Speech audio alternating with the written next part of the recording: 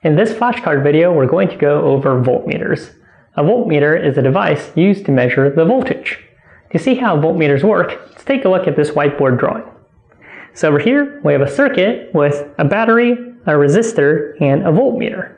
If we want to measure the voltage across this resistor, we're going to need to connect a voltmeter in parallel with it, as shown in this drawing. The reason why it's important to connect the voltmeter in parallel with the resistor is because voltage is the same in parallel.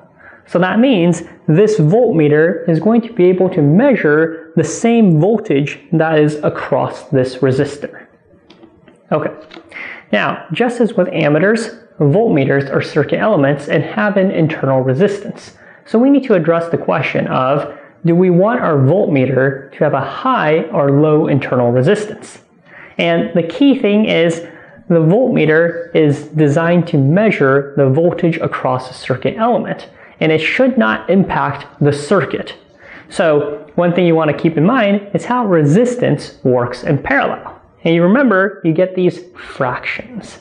Alright, so 1 over the total resistance is equal to 1 over the resistance of the resistor plus 1 over the resistance of the voltmeter.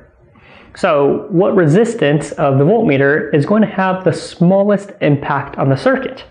And as it turns out, we want a very high internal resistance. Because you can see here, if the internal resistance of the voltmeter is a very, very, very large number, then 1 divided by a very large number is essentially 0. So anything plus 0 is just itself. So that's why if your voltmeter has a high internal resistance, it's going to have a minimal impact on the circuit and allow you to more accurately measure the voltage across that circuit element. Okay.